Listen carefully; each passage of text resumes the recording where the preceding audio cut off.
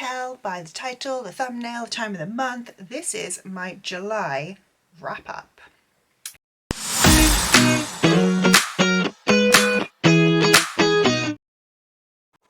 Hello, welcome to another video. So I'm going to be honest with you, I'm actually filming this intro after I filmed everything else. So once I've done this intro, you're going to see past me talking through the rest of the books. But today we have got my July wrap-up. So I'm going to run through all of my stats and then we're going to skip to past me to go through my reviews. So in July, I read 9 books, which I'm happy with. Not the best reading month I've ever had, but better than the last couple of months, so that is good. In terms of genres, let me just wiggle over to one side so I've got space up here. In terms of genres, I read 5 romances, 2 fantasies, 1 middle grade, 1 contemporary. That's it. Can't count there. So 5 romances, 2 fantasies, 1 middle grade and 1 contemporary. So a decent mix of genres, very romance heavy, but that is because I'm working on a romance reading vlog, so that's to be expected. My star ratings are a little bit more all over the place. I'm just gonna have to move you down a little bit because my arm was hurting. So I got 1 5-star, let me move over again so you can see, 1 5-star, 1 4.5 star, 2 4 stars, 2 3.5 stars, and 1 2.5 star, 1 2 star and 1 DNF. I actually think that the 2.5 should in fact be a 2, but regardless, it was an interesting month in terms of ratings. I did kind of get pretty much a rating over all So my average rating, and I've done this as 2 stars rather than including the 2.5, my average rating was a 3.5, which is slightly better than I thought it would be, but again, you know, not the best rating ever, so read a decent amount, didn't read the best books ever. In terms of the formats, let me keep on moving over, I read 7 books physically, 1 digitally, 1 on Kindle and 1 audio, and that is all of my stats. So now let's go to past me to go through the reviews. So the books that I read this month, I'm just going to run through them in the order that I read them. So we'll start off, I read this from digitally, it is up here, and it is Corrupt by Penelope Douglas. I gave this book 4 stars. It is so dark and I highly recommend go and check out the trigger warnings before you get into this one. It is very, very dark. I don't feel you can call it a romance, really. It was so, like, twisted. So in this one, I don't remember any of the characters' names. We follow this girl who always fancied her, like, best guy mate / boyfriend's older brother. The older brother always kind of scared her, and then he and his 3 friends, who are all part of like the same gang, basically went out with her one night, something happened and his 3 friends ended up in prison and they blame her. They think that she was responsible for getting them arrested and put in prison. So that had all happened sort of 2 years in the past. We're now at a point where they've all been released and she's moved away from home. She's sort of trying to like rebuild her life. She doesn't realise they all blamed her for sending them to prison. But she finds out that the older brother is her neighbour in her new apartment. And then she meets the rest of these guys who are all scary. She then is kind of scared of them. She is scared of what they are capable of. And we sort of have then this story of her being both excited by all the characters and scared of them. It's this very like interesting dynamic of like fear and attraction.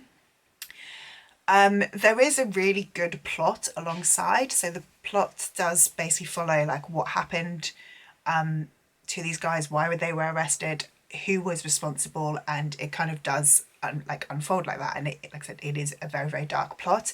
But there is also then the romance side, which again is dark. It is rough. It is, quite frankly, excellent. I really, really enjoyed it. It is not for everybody.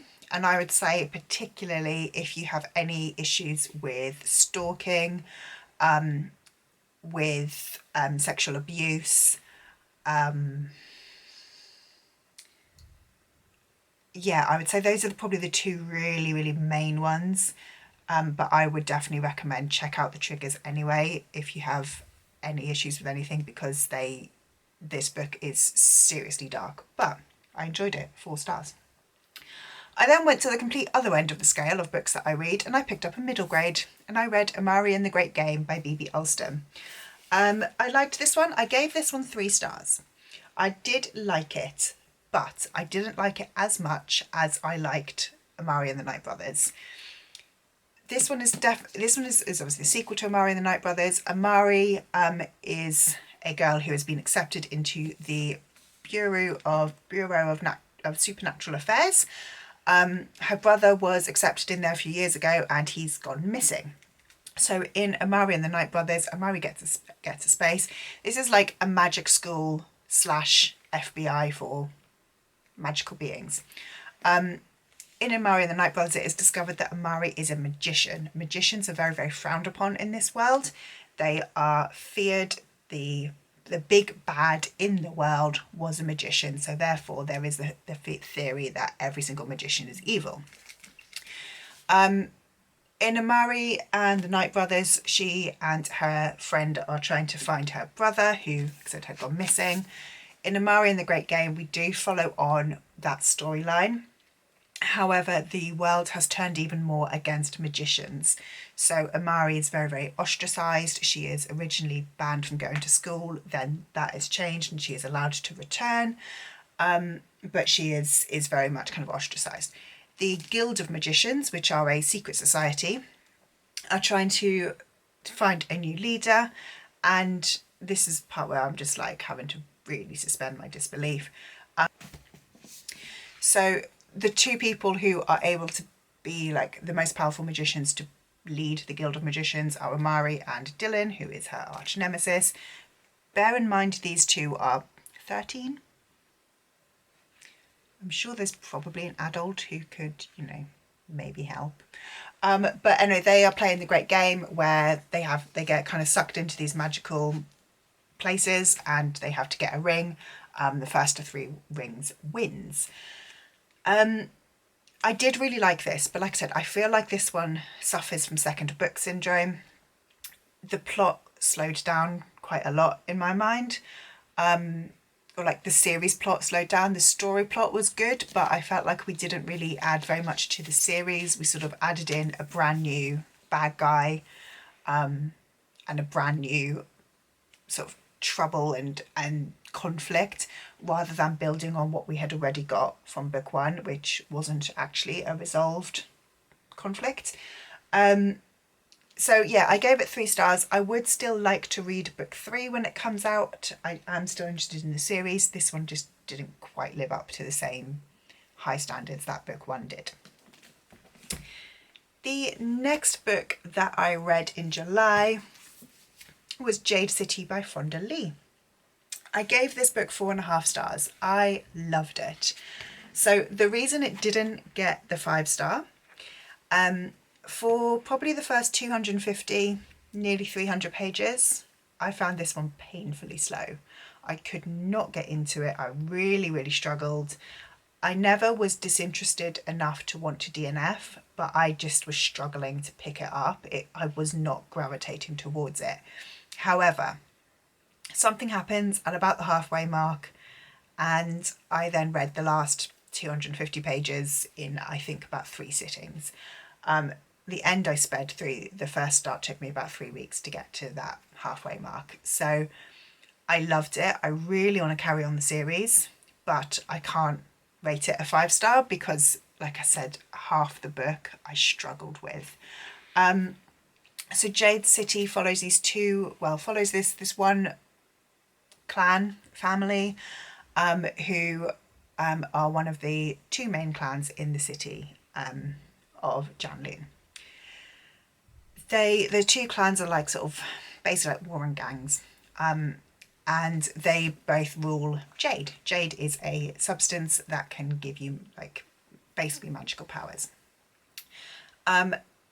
Our family has got a lot of really interesting family dynamics. There are really, really interesting characters. I loved the relationships. I loved the humour. I really enjoyed the family dynamic particularly. But like I said, the first 250 pages was so slow of introducing the characters, introducing the family, finding out who everybody was. I just wasn't gripped from the start. But if you've read this, you'll know what I mean by the event that happens halfway through. That changes everything. And boy, did it change everything. And yeah, I adored it from them. Okay, the next book that I read is one I read on audio, which I put up here, is Confess by Colleen Hoover. I gave Confess 3.5, 4 stars. I think it was a low 4-star. I did like it. So Confess follows 2 characters. We've got Auburn and bloke, don't remember his name. I'm so bad with names, I'm sorry.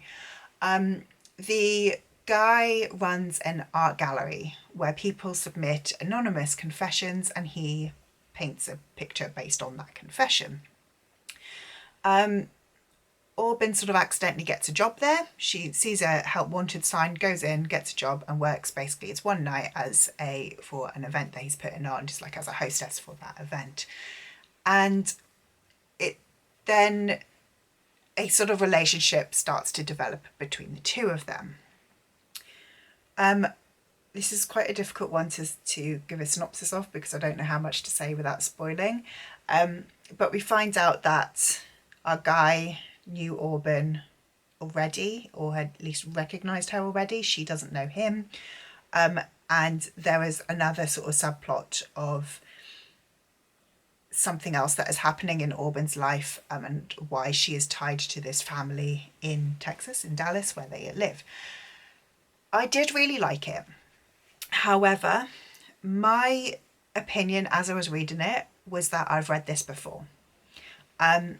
So I was enjoying it, but it felt to me so similar to Ugly Love by Colleen Hoover that I just kind of struggled to get into it because I was like, well, I know that something's going to happen at about this point in the book, and oh yeah, it did. And I know there's going to be a twist at about that point. Yep, that twist happened. So even though I didn't necessarily know what that twist would be, I knew it would be coming. And in fact, I did guess what the twists were, you know, like the big twists and the big reveals. I felt they made sense to the story. They were good for the story, but I guessed them already because I've read previous Colleen Hoover books, and this felt very, very similar to other things that she has written. Ugly Love being like the main example that I can think of. And actually, I'm currently reading Without Merit, and as I'm reading that, I'm thinking, yeah, this is reminding me of Confess as well. So again, I feel like there are so many. I feel like there was a time, and I haven't read any of Colleen Hoover's like really new stuff other than It Starts With Us. So I don't know if she still does this, but I felt like there was a very solid structure that she followed in the sort of 2015, 2016 era. And her books fitted very much in that this happens, then a twist, and then this happens, and then this happens. And in fact, a lot of the twists and the shock points are similar. So yeah, I gave it 4 stars. I did really like it as a book and as a story in of itself, but it wasn't one that massively, like, it's not going to stay with me. I mean, I've already forgotten the main character's name and I only read it like 3 weeks ago. It's not going to stay with me just because I I felt like I'd read it before, basically. The next book that I read was You and Me on Vacation by Emily Henry. I love this book. So I know that Emily Henry is a little bit Marmite, or at least all of her books tend to be Marmite. People either love a book or they hate it. For me, I did not like Beach Read. I really liked Book Lovers. You and Me on Vacation has gone in above Book Lovers as my favourite Emily Henry. This one follows Poppy and Alex. They are best friends from college and they basically made a kind of agreement in college that they would every year go on holiday together. Then 2 summers ago, they stopped talking. They haven't talked now for 2 years, but they've decided that they're going to do one last summer vacation together. And I loved this. It was my favourite kind of friends to lovers slow burn. The tension was fantastic, which is what I always look for in a friends to lovers or in a slow burn. The storyline I really, really enjoyed. I loved the idea. I loved the holidays. I would have liked a little bit more time in the different destinations and to like really understand what was happening in there. I did feel like the holiday Croatia where everything went wrong, we kind of skimmed over it a little bit, but I loved it. This was fantastic. I gave this one 5 stars. It was fab. Okay, if the angle and everything has changed, it is because it has. My memory card has run out of memory, and because I am halfway through filming my wrap up, I cannot be bothered to go downstairs and upload basically all of the videos onto my laptop. So instead, I'm now filming on my phone, which gives me a much wider shot than my camera does. Anyway, let's continue. So where was I? I've gone through You and Me on Vacation. We're then going to get to my biggest disappointment of the month, which was Lover Unleashed by J.R. Ward. I DNF'd this at 200 pages. I hated it. Absolutely hated it. This is book 9 in the Black Dagger Brotherhood. And so the reason I gave it so much, so like I said, I gave it 200 pages, which is nearly half the book. The reason I gave it so much time is because it is the 9th book in a series. I wanted to allow time to kind of get into the story for itself rather than go, I'm lost, don't know what's going on, I'm just going to DNF straight away. So I felt like 100 pages to kind of get yourself into the story, 100 pages to actually start that story and really like get immersed. But yeah, 200-page mark, I was literally counting down the last 20 pages because I'd given myself this arbitrary number that I wanted to get to page 200, and I was like, right, 180, we've got 20 pages to go. I hated the writing style in this. So the writing was just, yeah, I hated it. I really have no words to say on it. I didn't like the kind of oldie worldy language that kept on being used at random points. That I just was like, don't like it. And then the thing that really frustrated me was there was a couple kind of like writing tones that I just could not connect with. So at times this felt like it was a 1960s cop drama. And what I mean by that is there was all of this like random phrases and terms used for everyday things. So I did vlog my reading experience. I'll see if I can link it somewhere. But there was an extract that I read that we went through the flappers, meaning doors. Like, nobody calls doors flappers. Just use the word doors. Lots and lots of weird abbreviations. So things like that SOB, talking all this BS, which again, I know what it means, I understand it, but at the same time, can I just read the words? Like, I don't need, like, if you're calling someone a son of a bitch, call them a son of a bitch. Don't call them an SOB. Like, it just didn't make sense. And then we get on to the sex scenes, which and this is the part which again I feel like is really hard to explain. They felt like they were written for the male gaze. And what I kind of mean by that is the sex scenes, you know how like in current romance, sex scenes are generally written for the female gaze. There is a lot of emphasis on female pleasure. This felt like the script of a bad porno, you know, where it was pretty much like you just she's wet, stick it in. It just was so icky. It was so gross. Yeah, this was awful. I am never going to read anything else by J.R. Ward. And I don't normally say no to authors that quickly, but to be totally honest, because it was the writing that I just detested in this, I'm not going to give them a second chance. Anyway, moving on to, in fact, another disappointment of the month, which was The Last Argument of Kings by Joe Abercrombie. So this is book 3 in the First Law trilogy. The First Law series is like 10 books long, but it's made up of a trilogy, some standalones, and then another trilogy. So this is book 3 in the first trilogy. The trilogy as a whole, I really liked. Book 1, I think I gave 4.5 stars. Book 2, I think was a 5-star or another 4.5. This one I gave 3 stars. This one is quite long. It's over 600 pages. And I felt while reading it that we were going to, the last book in a series, you've got the overarching series like plot. So by book 3, we're in the wrap up, we're in the conclusions, and you've got the book plot. So again, you've kind of got this, a bit of conflict, but we're going to ultimately by the end have wrapped up everything. This one didn't. It sort of started to wrap things up, then brought something else in, then changed their mind and did something different. It felt like there should be a couple more books after this. However, I'm fairly certain that the standalones are all following completely different characters and I think are set before this. And the next trilogy is set after this one, but again, doesn't follow these characters. So I feel like there were a lot of unanswered questions by the end of the book. And it just left me feeling a little bit flat. I just didn't kind of go like, yes, that was amazing, I loved it. It was a bit like, oh, okay. But I think I still have questions. So I liked it. It was fine. I gave it 3 stars. It wasn't my favourite of the series. I then read a full trilogy. Go me, start and finish a series in a month. I'm going to talk about them all in one go just because it's easier.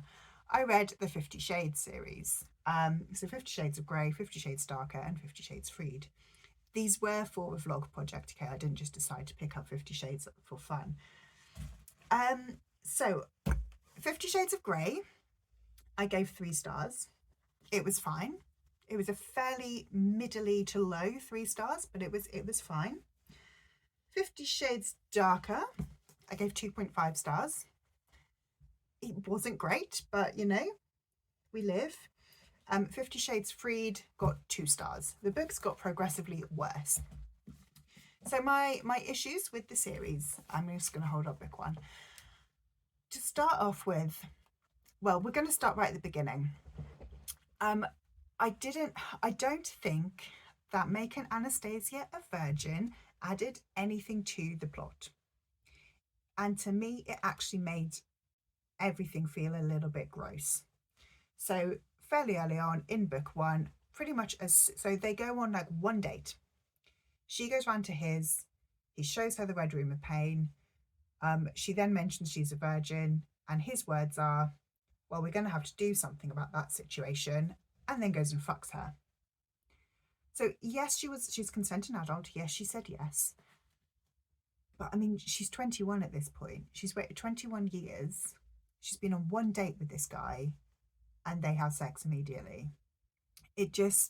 And the way that it was positioned as well was this was a problem that he has to solve rather than, oh, okay, we need to kind of reestablish our boundaries. So that felt a little bit gross to me. There then was, and this came up in book 2 as and book 3. Actually, this came up in every single book, which was the subject of contraception. Now, one thing I will say for E.L. James, every single time they have sex, he puts on a condom and it is mentioned. Okay, we talk about contraception a lot and it's great. I generally like it when books, romances particularly, talk about contraception because I think it's important to highlight that that is something important to bear in mind when you are having sex. However, where I didn't like it in here, and this came up probably more in Darker and again in Freed, so Christian just decides to get a doctor for Anna and gets her put on some form of contraception. And in book 1, I didn't mind it so much. I was like, okay, you know, that's something she's never considered. But in book 2, she forgets to take her. They break up at the end of this one. I don't feel like this is a spoiler. This series is 10 years old. And when she stops taking her pill for like 3 days while they're broken up, and then he's like, how can you do that? Right, I'm going to get you on the injection. Calls a doctor to come round and do that evening. And Anna literally says, but it's my body. And he goes, no, it's mine. And again, it's that, while I don't have a problem with the BDSM and the controlling element in the bedroom, it's that controlling element outside the bedroom that I have a problem with in here, that I don't think is healthy, sexy, or really needed. I felt like it was a little bit too overdone. I had other issues with these books as well, but again, I'll link my vlogs up here.